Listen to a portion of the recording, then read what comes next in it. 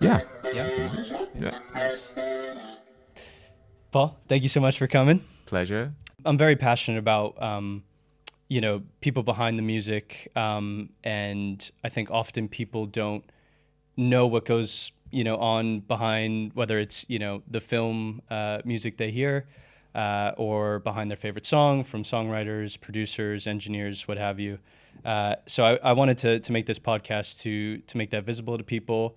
And in addition, give people like myself a resource to learn from, to get inspired from, Yeah. and so on. So I think what we'll touch on is obviously sync licensing, how to do it, what the creative process is like, what maybe the business side is like, tap into your artistry and what you're looking to do with that.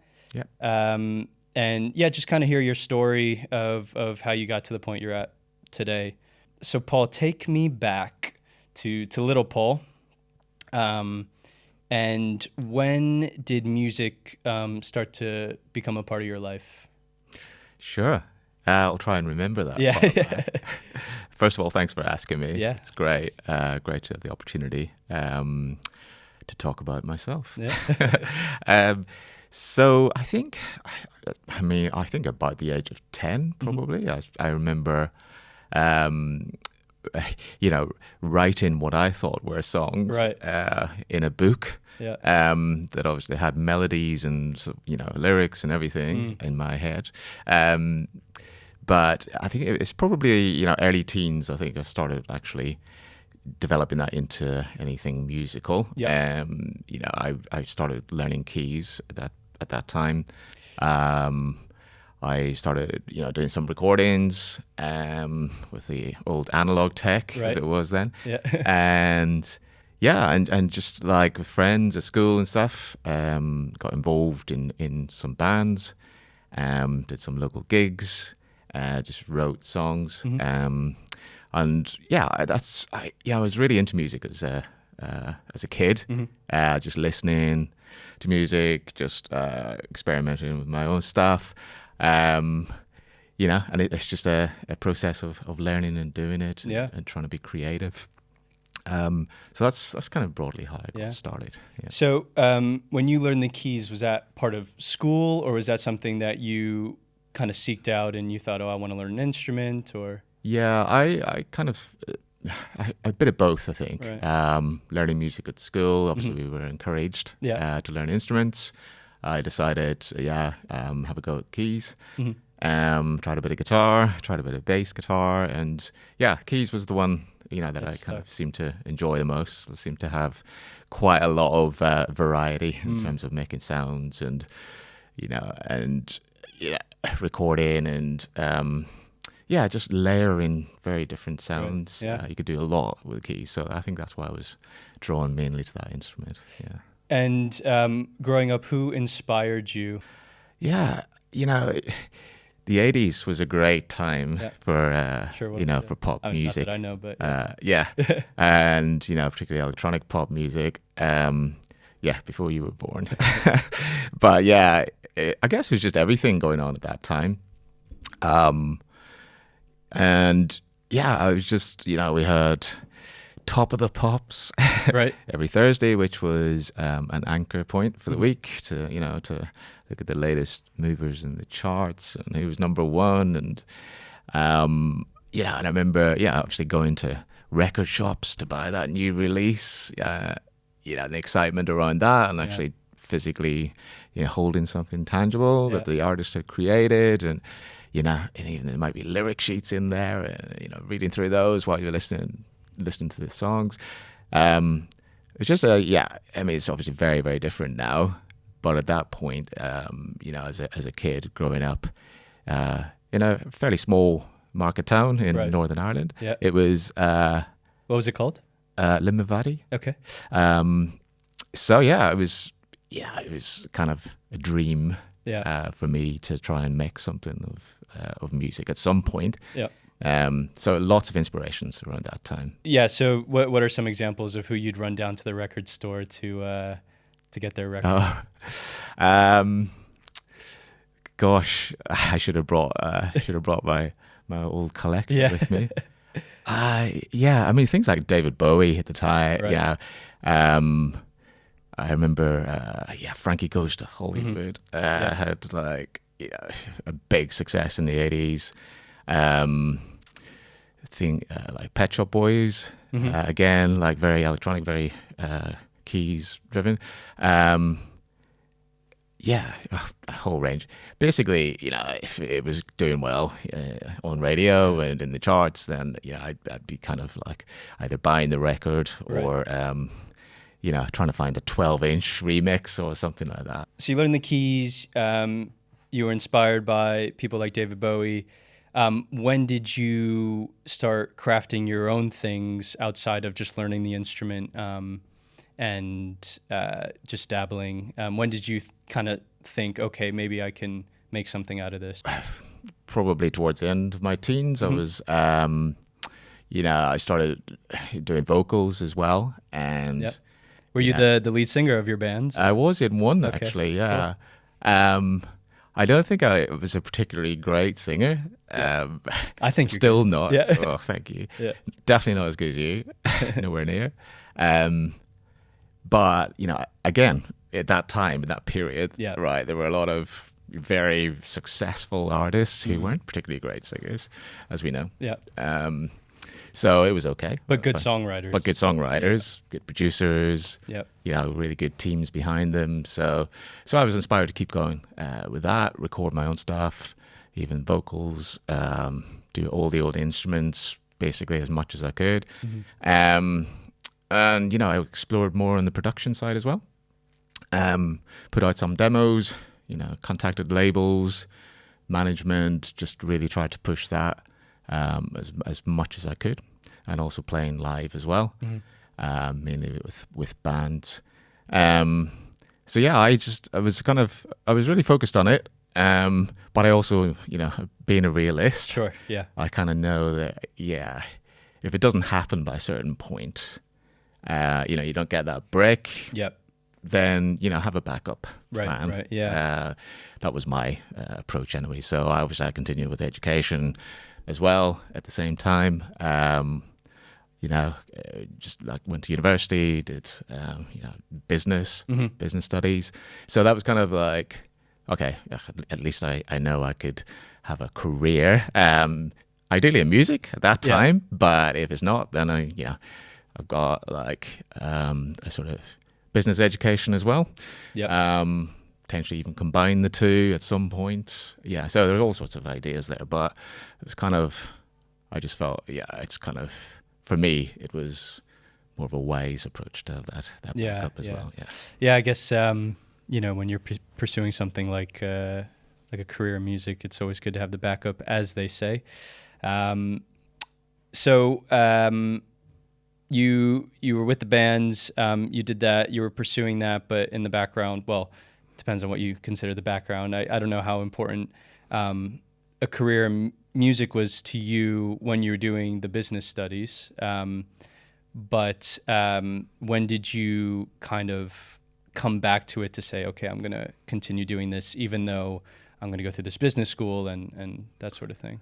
Yeah, I obviously I started working my first job, earn my own money, get my own car, and then I was still doing music. I was still playing in bands. By this point, I had moved. I think it was Northampton. I had moved to, and I just started playing in local bands, recording, just networking with people locally. Started doing some songs, and just keeping all of that going, as well as trying hard to get that break as well. Up and down to London quite a lot, trying to get like my material in front of the right people, which I kind of persevered with, but that break as an artist didn't really come by the time I wanted to, which is early 20s. Right. And I had to think, okay, what avenue do I want to pursue with music, like long term,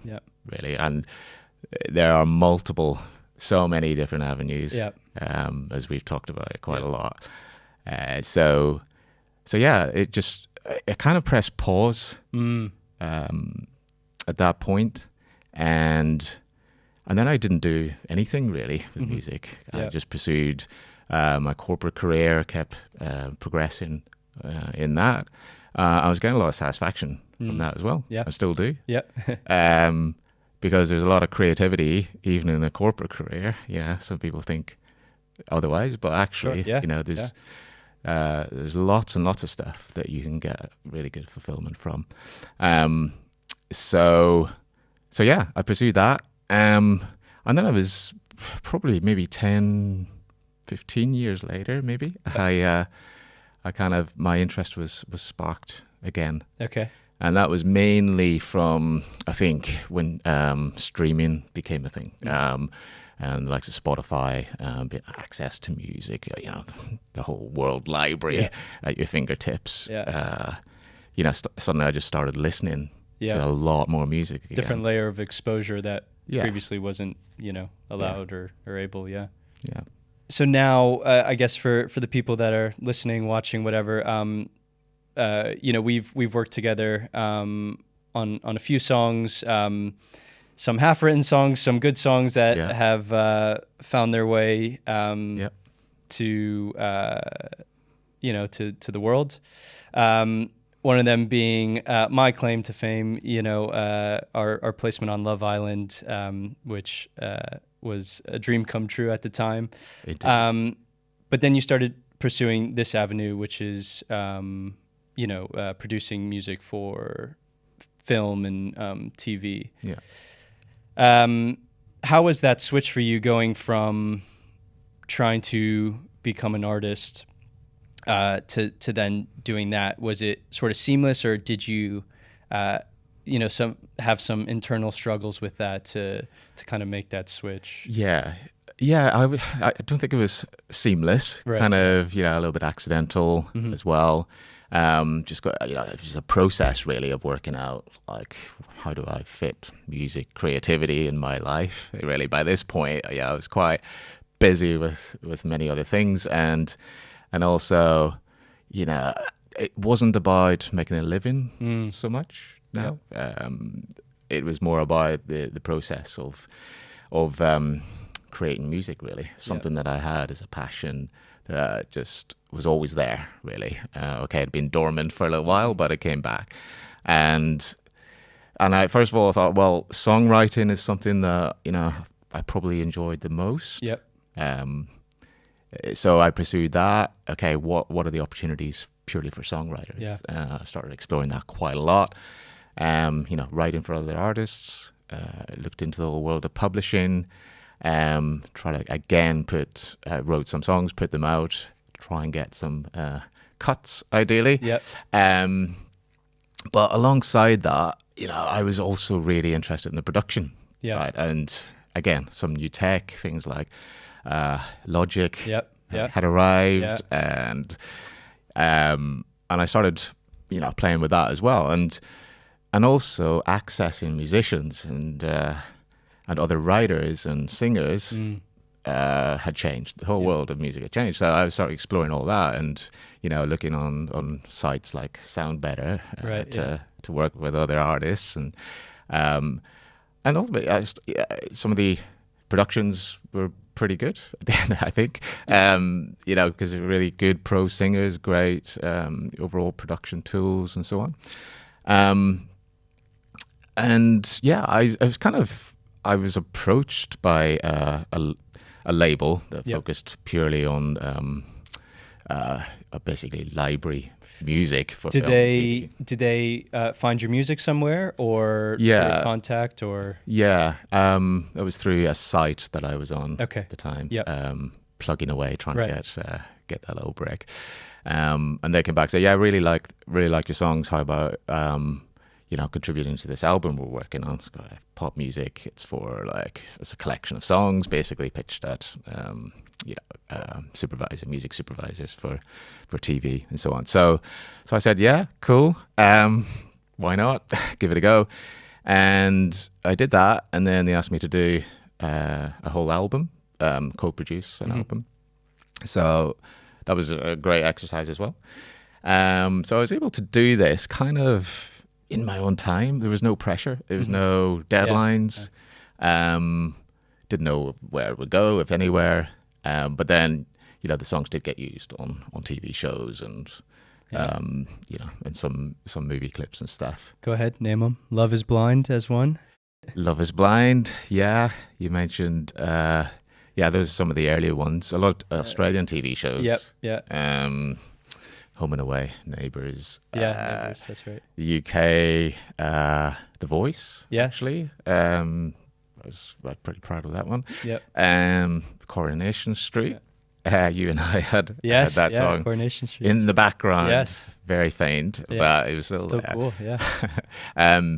So that's kind of what I then started pursuing because it could just fit. Yep.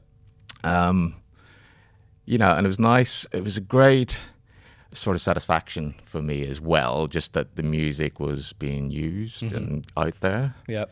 I find it quite frustrating when I was thinking, doing the songwriter route. Lots of songs on my computer. Yeah, but that never really went anywhere else. Yeah. And something else you have to accept as a pure songwriter, I think, is that a lot of what you do may never see the light of day. Yeah, it's a weird feeling, isn't it? Because you put a lot of emotion and thought into these songs, and it comes from somewhere, and then they end up sitting on a hard drive somewhere, which is why sync music is so great in that way, that you can take all those songs that are sitting on your computer and put them to good use. I didn't know much about the sync world, as it were, before I met you, and so I was exposed to that, and I thought, oh wow, that's a great idea, and a great way to have some sort of income from the music and still be creative. But I find that the creative process in that varies slightly. So, going from songwriting, with personal songs to maybe doing situational writing. So, there's a scene in a TV show or movie, be it the person is in a car, sad or whatever, and you try and channel that stuff. But I don't think I've necessarily mastered that. Do you take the same approach that you do for your personal songs of songwriting as you were to produce or songwrite for something in film or TV? To an extent, yeah. And I haven't as yet got involved in any commissioned work for TV. There, it does come with deadlines and extra pressures. So, but that would be definitely exciting to do something like that in future. There's also the commercial side of sync. So, as a commercial artist, if you release music, you can also pitch that, obviously, direct to music supervisors as something is being created. So what I've focused on really is more the production music libraries. So I essentially would create songs that that are quite generic, but also catchy. Yeah. So when people listen to them, they think, "Oh, that's a good tune." Yeah. So I might use that. So they'll reserve it. So but it can't be too personal because it's got to fit, a whole range of things that could be shown on TV, videos, corporate stuff, adverts. So you got to make it quite generic, but interesting enough, so that it stands out a little bit. With the songs that you've got placed, do you would you be able to pinpoint why those songs got picked out? Or as in, do you think there's some sort of formula to it? Or is it just, the right person listening to the right song and the right situation? I really don't know for sure. I don't actually know if there is like a formula on the other side for choosing stuff, choosing music for productions. I'm sure everyone who does that has their own method. You know, I don't, in this world, I don't get contacted. You know, it's owned by the publisher. So they actually, on that point, distribution is super important actually in this world, because in this particular market, because it's got to be accessible by anybody pretty much globally. You know, so working with you know, the right sort of distribution partners, the right labels, the right companies who've got access basically to all countries, and can manage all of the publishing for you as well, then that's kind of really super important. So my first kind of interaction, contracts were with BMG Production Music in the UK, well, globally in the end. And yeah, they've got a great presence worldwide, so that really helped, I think. More recently, I did one album for a US label, so that was quite specific, and that's going well. We're getting quite a lot of traction on that now. So last big time market. we spoke, it wasn't. You said you haven't heard back from it, but that's great to hear that. Picking up. Yeah, it is picking up now. Yeah. So yeah, I don't know if I've answered your question. No, I think I forgot. You have. Yeah. Do you still have an appetite for you know, doing your own artistry, or have you just found that this is your path forward and you're happy with that, or do you think, I still want to kind of good question. Good question. And as you know, we've had like a number of countless conversations, chats about the artist side of things. Right. And I mean, a few years ago, I think maybe during lockdown, we were all kind of contemplating things. And I did do a project then, actually, under my own name, well, a pseudonym. Oroco. Yeah, that's right. And I kind of thought, what genre would I be most interested in? And I kept it very piano, strings based, and also did some covers as well. When I heard that sound, when the walls came down, I was thinking about you.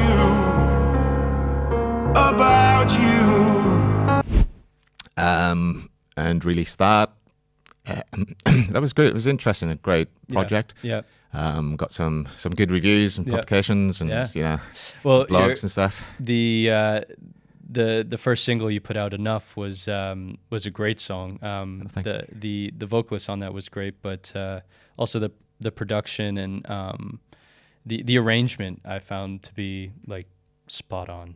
Thank you. Yeah, so you know, I hope you still pursue that project, because I think, you know, as good as, you know, Sync may be, I think you've got a lot of you know, potential in that market for piano arrangements and those original songs. Well, thank you. Yeah, that's kind. Yeah, of course. Appreciate it. Where did Oroco come from? I can't quite remember. I came up with quite a few names. Okay. It was a bit of a long list. I honestly can't remember where that one came from. It was just another name. It came to me one day. Put it on the list, and then when I was going through it, short list, and then I just kind of landed on that one. And I quite liked, you know, it's a sort of name. You could do something with, you know, the logos, the brand, if, you know, that. It's got 3 O's in it. So, and it's short. And kind of memorable. Yeah, exactly. So yeah, I just ran with it. How did you find the branding of that? When I first, you know, tried to be an artist, I just remember, like, what do I want this to look like, and you know, names and all that good stuff. How did you find that, and what made you take the decision to kind of take that branding? Because I know it's because you've got a seamless brand on like Apple Music, for example. So that it probably comes from my business experience as well. You know, brands. I'm fascinated by brands as well. And you know, what makes a good brand, and it's not just the visuals. everything has to be consistent, really. So, I wanted to keep the music fairly simple, mainly piano and strings with good arrangements. Yep. Some instrumentals, some vocals, but it's quite easy listening, really. So I needed the imagery to kind of reflect that, quite simplistic, black and white, quite silhouette-y, that sort of, that seemed to fit, I think, with the genre. And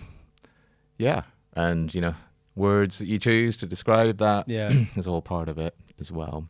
Yeah. So I'd really encourage anybody, pursuing the artist route to really think through the brand aspect, just as much as the music aspect.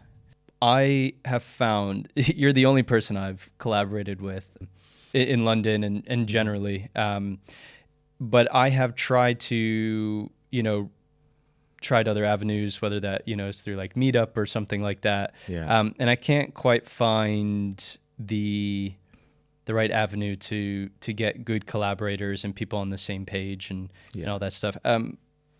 What was that like for you, and how do you kind of approach that to get good vocalists or good kind of co-writers and that sort of thing?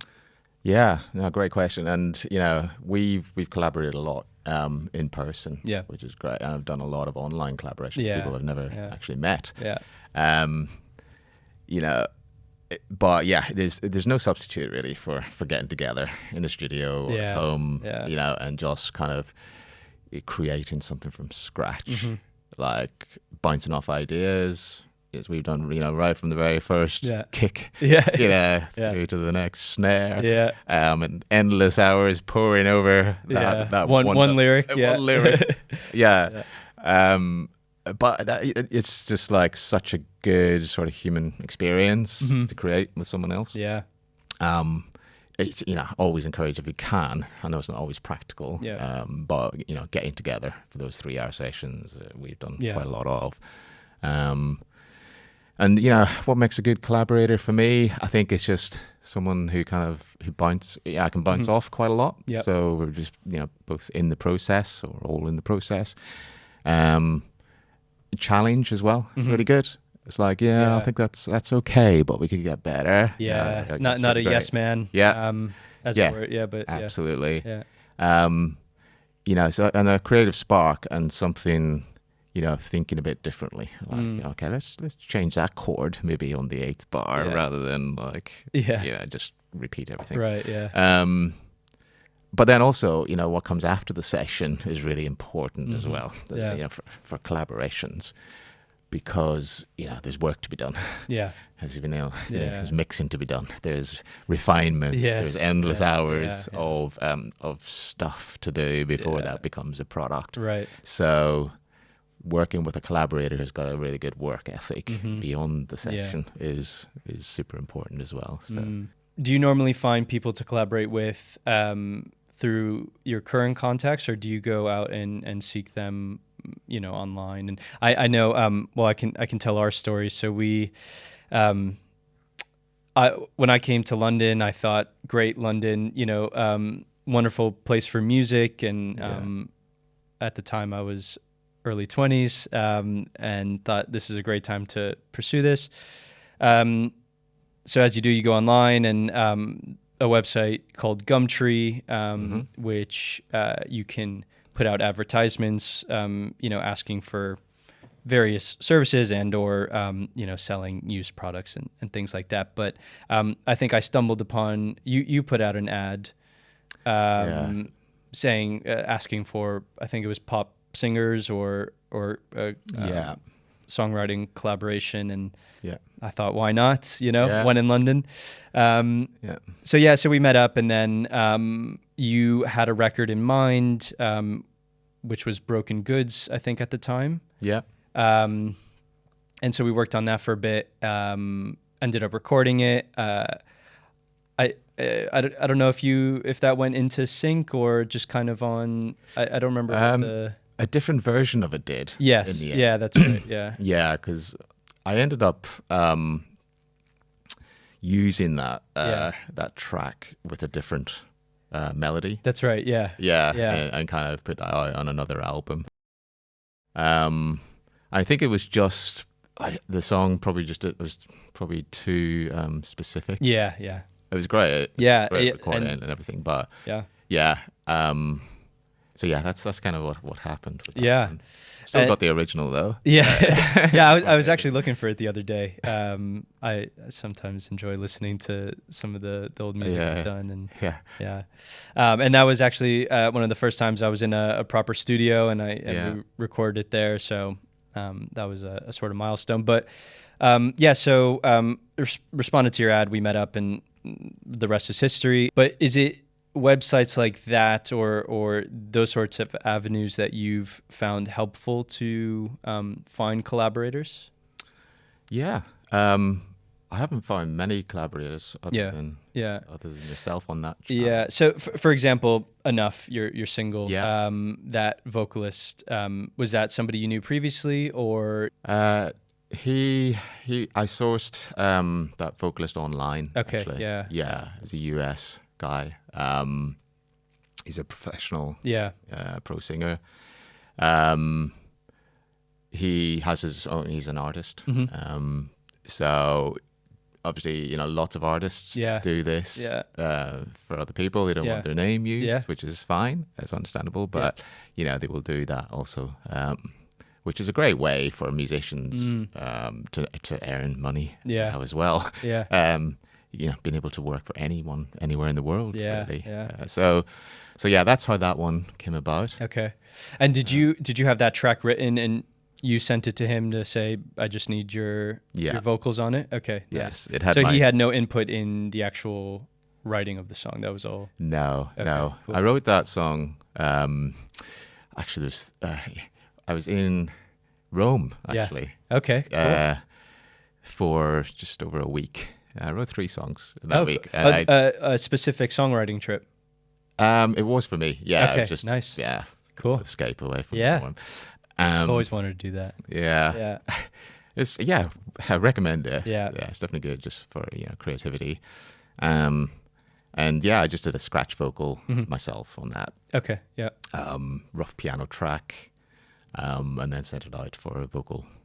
Proper vocal. Nice. And then I think I probably remade the piano track and built it out with strings and so on. Yeah. Yeah. I as we've witnessed and been a part of, I love beginning of songs, and I have a lot of half-written songs. Yeah. So I'm definitely a person that likes beginnings and sort of blank canvas and quick chord progression, and then write some lyrics over the top. But I do often get easily, I guess, bored with a song, or I want to move on to the next thing. Do you find that you enjoy, and I guess there's, they're pretty different, but do you enjoy that blank canvas more than kind of at the end of the song journey where you're mixing it?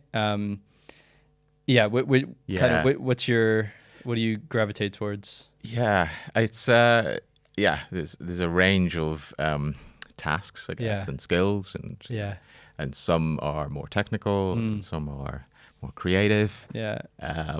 I do enjoy all of it, actually, because I'm very focused now on the outlet. Right. Yeah. Kind of aiming at. So it's all the stuff about music that I get a lot of satisfaction from. So the writing process, and that can be obviously very creative, but then also the production side as well. So I quite look forward to getting in front of that mixing desk and playing around with all the plugins. And just kind of experimenting with lots of kit and tools. So I get a good satisfaction from that as well. And ultimately, I think I like to finish the product. It's never, and you've experienced it, it's never finished really, because you always want to tweak and do more.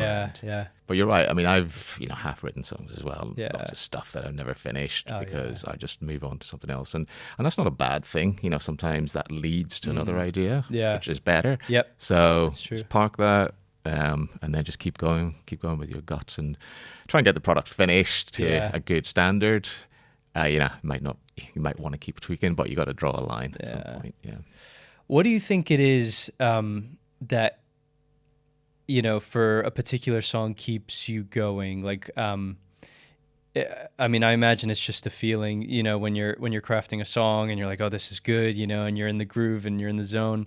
And so you just keep going with it, and it sort of feels effortless, versus, starting a song and, being like, it feels like a drag to continue it any longer. Do you think that's just like an inner feeling that you get to continue on, or is it more motivated by something else? For the example of the album that you've recently done,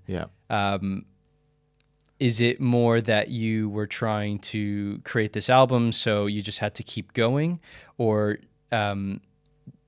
did you kind of write these songs? Yeah. So taking that example, and that was with another collaborator, Gary Southwell. Put his Instagram. Put his Instagram, yeah. And actually, it was another Gumtree success. Okay, cool. Yeah, so nice. I forgot about that channel. And we just had this arrangement that we were going to do 12 songs, and we were going to try and do one a week. And at that time, I had time. So I was able to commit to that. Yeah. And likewise, he was. And that's what we did. And we just he would either start the track and send it to me, and I'd pretty much get it finished, and vice versa. Yep. We just kept going like that every other week. So we each were committed, and we each had a deadline, and we didn't want to disappoint each other either. So that's basically how that, how we both stayed focused for that whole period. And then we got together in the studio and did all the mixing. And we didn't have any contract or deal for this album yet. We just made it speculatively and then went out with it. Right. So there's no deadline as such, but we also had other things to do. So we want to give ourselves like a target to it. So talk me through that process. So you collaborated with this guy. You presumably put out an ad that said looking for. Was it specific? I want to do sync music, or? Yeah. Okay. Basically, yeah. So you ended up with this guy, and you created music, and so now you have this packaged album. What do you do now with that album when you're trying to take it to sync? Yeah. So that was identifying production music labels that had got some recognition, either through awards or got really good presence, good distribution. That typically have a library of good sort of pop music already. Yeah. So we did a short list of those. Okay. And we also created a little summary about ourselves. Yep. And is that important? That the what would you call them? These labels or libraries? Libraries, yeah. Is it important that they know who's behind the music, or do they? I would say so. Yeah. Okay. I think they need dependable people who understand this world, right? Yeah. Because there are agreements to sign, and you got to understand where your rights are. Yeah. You understand what you're signing away. You understand how long that length of copyright is. So if you've got experience in doing that, then that saves them a lot of time. Yeah. And a lot of concern maybe at the end of the process when you end up not signing. Yeah. So I think that definitely helped to do that summary, just a little bio, 1 page, showing what we had done before. Yep. That we were kind of like, fairly serious. Right. Yeah. players. Yeah. And that got us a good few responses quite quickly. Cool. And so on top of trying to pitch yourselves, you had to pitch the album. Did you go track by track and sort of say this song is good for this scenario, or you just sort of said, here's an album with good pop music and I just sent them a link, a SoundCloud link to the whole album. Gotcha. Yeah. So you got some responses back. How did you then choose, if there was a choice, who you'd kind of give this out to? Yeah. whoever's offering the biggest advance. Right. Yeah. No. I guess so. Yeah. No, I mean, but is that I guess this is the business side of this, right? Yeah. So you get an advance. Is that on most cases when you're doing something like this, you typically get an advance, or? Not necessarily. Okay. And, it's a double-edged sword. Yeah, right? yeah. Because labels will always want to recoup that Yeah. from your royalties. Mm. So, but it's a sign of confidence, I think, as an artist, when a label comes to you and offers an advance, because they think they can recoup it quite quickly. Okay. Otherwise, they wouldn't do it. So that for me is more what it's about. Okay. So yeah, it was good, and the label were established, successful, really good on social, and they're a really good bunch to deal with as well. So yeah, that persuaded both of us. Yeah. Do they respond back with, we have so and so, or they just expect you to have done your research? As in, do they say, we love your music, we want you to choose us? Maybe not in those words. And yeah, we can guarantee, or we can, these are the projections and that sort of thing, or is it they just say, yeah, we like it, let's do it? Yeah, basically it was that. Yeah. Okay. Yeah. We like it. Here's the deal. Yeah. And they're also clear about what they would need in terms of deliverables as well. So just that clarity and transparency was great from them. Yeah. Of course we did our research. Yeah. They were on our short list already, so we'd already done some pre-research. And yeah, the deliverables for that one were more than we expected. Okay. But that was fine. We just got to work on that. All sorts of different mixes, including holiday mix, Christmas mix with interesting with some bells ringing pretty much on every track.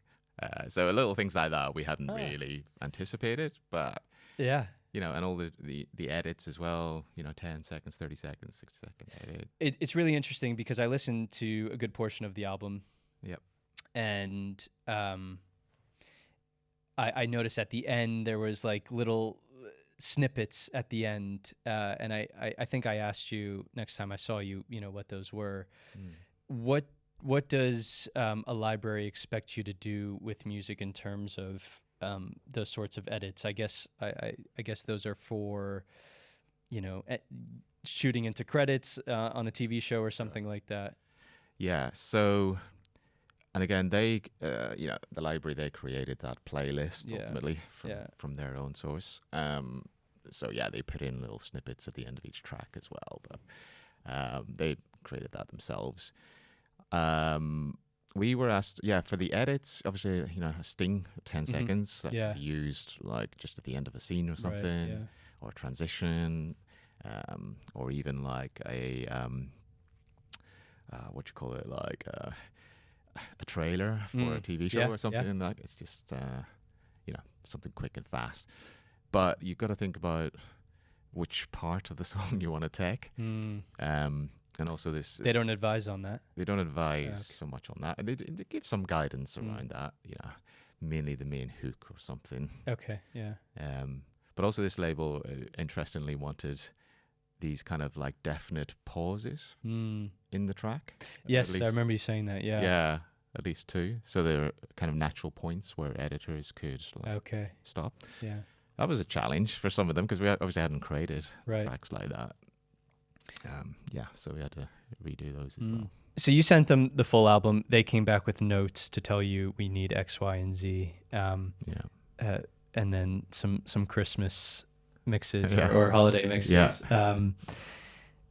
And you had to go back to your collaborator and say we need to do this, or did you just take it upon yourself to make those edits? Yeah, we both did it. Okay. Yeah, so we just divided it up. Yeah. 6 each. Yeah. Nice. Yeah, that's I guess the benefit of collaborating, which leads me to my next question. Do you prefer collaboration on something like that, or you happy to do it yourself to make an album? I generally always do prefer collaborating.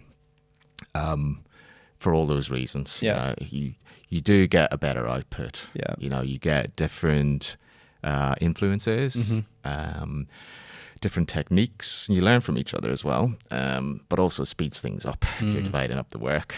So for all those points, it's better. Yeah, I definitely find it better. But that said, I have done stuff completely myself as well. Yeah. What are the? I imagine it's some monetary benefit to that of doing it yourself. Is that the only pro to doing it yourself, or? Yeah, I don't know if it's the only pro. But yeah, obviously you get 100% of the royalties rather than 50. Yeah. And you know, it's kind of a penny's business. This isn't it? Yeah. You know, as we know. It's you know, you need a lot of usages to make any real money. So, you know, I think there's reluctance maybe to split it too far. Yeah. So 2 collaborators is about, you know, it can make sense. But yeah, I have put out stuff that I've just written myself, and yeah, it's good to get the full royalties for that. But then that took longer for me to do. Yeah. So in a way, it's kind of compensating for that, I guess. Yeah, I think it's important for people to know that, actually. And again, I don't know what sort of audience I'll get on this, but you know, from my experience and what you and I have talked about, I think I have maybe a handful of songs, let's say, on Spotify, and you really make pennies. You know, everybody asks me like, "Oh, how much do you make from Spotify?" And as much as I want to say, you know, a huge number, I think in total it's certainly under £100 or dollars. But our one song that you know, the one song that we've got placed on both Love Island and Coronation Street, I've made more on that, which again is not much, but I've made more on that than I have through any streaming platform. So I think sync is certainly has its benefit in that sense. Yeah, it does. I mean, that's like 50%, right? Yeah. Plus, you know, the label, like you and I get paid 100% of that Right, royalty, plus the label get their 100% as well. Right, So, you know, and there may actually be a license fee paid there as well. Yeah. As part of that to the label. But yeah, it's a good way if, you know, it's a good outlet, right? If you just want your product to get out there, and you're not too precious about where it ends up, and about ownership, you know, and or money even, because it's until you get a lot of content out there. But yeah, I also find it like just kind of easy in terms of like, because I don't have to be there to, you know, to get a return. Unlike live music, or as an artist, you know, you generally have to turn up to get paid. So it's good in that Show respect face as well. Yeah. That's why I love the idea of songwriting and this world of music for film and TV, because I don't need to get on TikTok or you know, social media platforms and come up with a heap load of content that, you know, I feel uncomfortable with. And, you know, I'm in front of the cameras now, but, you know, super camera shy. So those sorts of avenues for artists who still want to make music, but don't necessarily want to be in the spotlight, is, and still kind of make some sort of income, is such a great way. And that's what I've, you know, come into the, or was made aware of through collaborating with you. So I read in an interview of yours that you, the single that you had under Oroco was one that you initially intended to be part of the sync world, but then you kept it for yourself. Do you, I mean, I find it tough to write a song. And so I can imagine that, you know, when you end up writing a song that has some emotional attachment to yourself, you know, is it a matter of, oh, I want to put this out as under my name and this is my work, or do you like how do you decide what goes towards the libraries and what you kind of keep for yourself? Yeah, that's a good question. And you know, I just remember the process, which was that song, I kind of, at the same time as I was finishing this library project, I was also thinking about an artist project. And, you know, and when I kept listening to that album I was making, it's just, that one song just kind of resonated with me as a real favorite. A, because it's very personal, but B, because I think it just sounded better than all the, not that the others didn't sound great, but I also fitted the genre that I wanted to go in with an artist project. So yeah, I just decided to take that one. Okay, yeah, and give it a go. What's next for you? Are you going to continue pursuing sync, or do you think you'll come back to the artistry, or maybe a mix of both? Yeah, maybe. Yeah, you and I have recently gotten together and talked about time spent on music, and I've certainly have been feeling uninspired when making music, which kind of has led me to this, just to stay connected to music, and maybe not so much making it, but still learning about it and getting inspired by people like you, to hopefully take back to the studio and say, okay, cool, I have some insight and understand a little bit more. But yeah, so we've talked about being uninspired. What do you think, or rather, what do you think is gonna get you the itch to? I mean, you worked so hard on the last album. What was his name? Gary. Yes. Gary, with Gary. That. I imagine you just said, okay, I'm going to take a bit of a break. What's going to get you back to doing it? Time. Yeah. First of all, it's having a good chunk of time that's available. Right now, I have other big priorities for my time. In terms of income and corporate career and all that good stuff, which is all great as well. Thoroughly enjoying that. But I will come back and make something new again. Hopefully soon. Or even just doing something like getting involved in a session with somebody and contributing in that session, maybe. Just to kind of like keep it going. Rather than committing to like a whole album project over a period of time.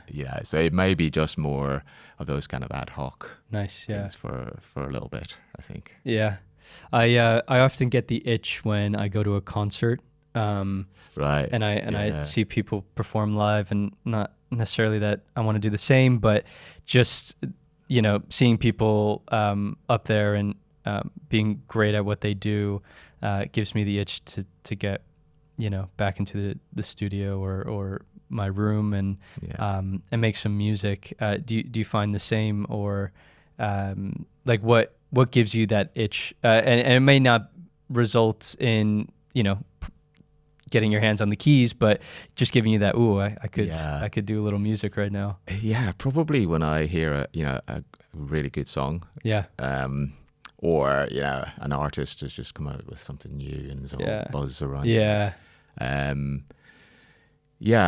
can give me an itch. And then sometimes just revisiting stuff and re-listening to some stuff I hadn't quite finished. We have finished. That's true. Actually, that can inspire me to think, actually, I quite like that. So, maybe that would trigger maybe a process to get something going. Again. Nice. For sure.